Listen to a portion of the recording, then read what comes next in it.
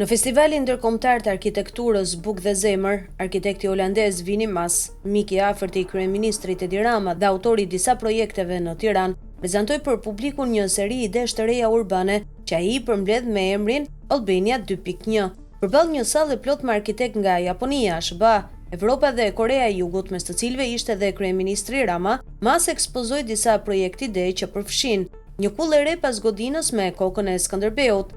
Një nga projektet provokuese ishte një kullë e re e planifikuar pas godinës së krijuar sipas bustit të Skënderbeut në truallin që ndodhet pranë ose mbi pallatin ku kanë jetuar dikur Ismail Kadare dhe Dritoro Agolli. Kjo ndërhyrje u shfaq si pjesë e një vizioni për komplementimin e koleksionit të qytetit dhe për të shtuar aventura të reja urbane.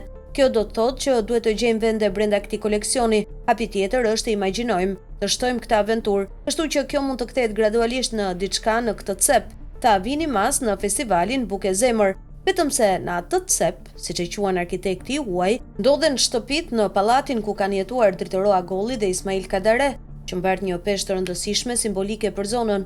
Gjithsesi, pallati në fjalë tashmë është rrethuar nga kulla gjigande dhe nuk është e qartë nëse kulla e re që projekton Vini Mas parashikon shembjen e tij. Fotoja gjithsesi u shfaq vetëm një fraksion sekonde në prezantim. 2 linja metroje për Tiranën, Peri Jug dhe Lindje Perëndim. Në të njëjtin vizion, Albania 2.1 Mas kërkoi publikisht ndërtimin e 2 linjave metroje për Tiranën, një në drejtimin Ver-Jug dhe një tjetër Lindje Perëndim, duke konsideruar këtë si një domosdoshmëri për qytetin që po zgjerohet në mënyrë të pakontrolluar, shkruan lapsi.al. Ne duhet të kërkojmë zhvilluesve tanë të paguajnë, u shpreh Mas, ndërsa ndërturte në ekran takimet e liderëve europian me zhvillimin e Tiranës.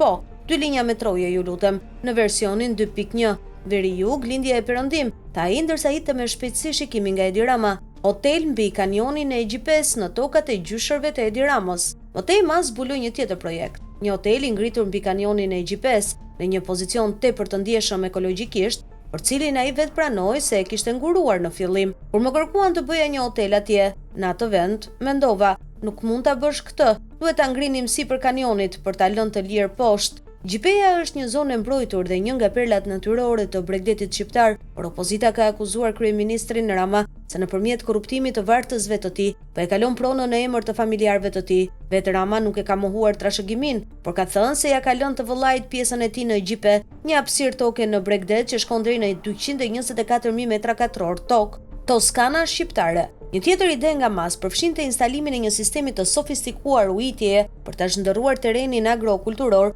në një peizazh bujqësor të stilit italian. Ju keni një thesar këtu, ujin, bëni vija shkurresh mes parcelave, në vend që të shkoni ju në Toskan, let vi Toskana këtu, u shpreh Vini Mas. Në fund të prezantimit të tij, Mas propozoi që ndërtimet e ardhshme në Shqipëri të përfshin ruajtjen e ujit në bodrume, shfrytëzimin e energjisë diellore dhe krijimin e një arkitekture që buron nga bujqësia, si një kombinim mes dizajnit bashkëkohor dhe vetëqëndrueshmërisë lokale. Imagjinoje e di që sistemi yt i ujit këtu është ai që kujdesshëm sa ndërtesat e ardhshme mund ta ndihmojnë atë. Bodrumet mund të magazinojnë ujin dhe qyteti mund të ndërtohet sipër kësaj. Vini Mas është një nga arkitektët më të njohur holandez në skenën ndërkombëtare të dizajnit urban, bashkëthemeluesi i studios së famshme MVRDV, një zyrë arkitekturore me bazë në Rotterdam. Ai është i njohur për projektet e tij konceptuale, vizionin futurist dhe afërsinë me lider politik, mes tyre edhe me kryeministrin shqiptar Edi Rama, me cilin ka një marrëdhënie të hershme bashkëpunimi që daton nga fillimi i viteve 2000. Vini Mas ishte autori i planit të parë për rikualifikimin urban të sheshit Skënderbej,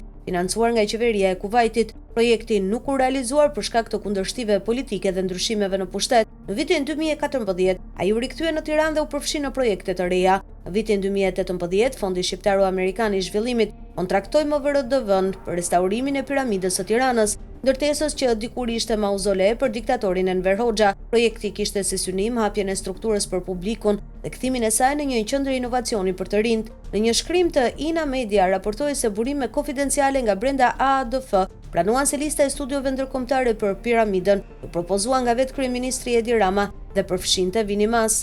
Një tjetër projekt i firmës së tij është kulla e Skënderbeut pranë Hotel Tiranës, e konceptuar me elemente që sjellin siluetën e heroit kombëtar, por duket se Mas ka parë edhe një mundësi tjetër në sheshin pas kësaj kulle, e kërkon të ngul një tjetër fasadë betoni nga pas.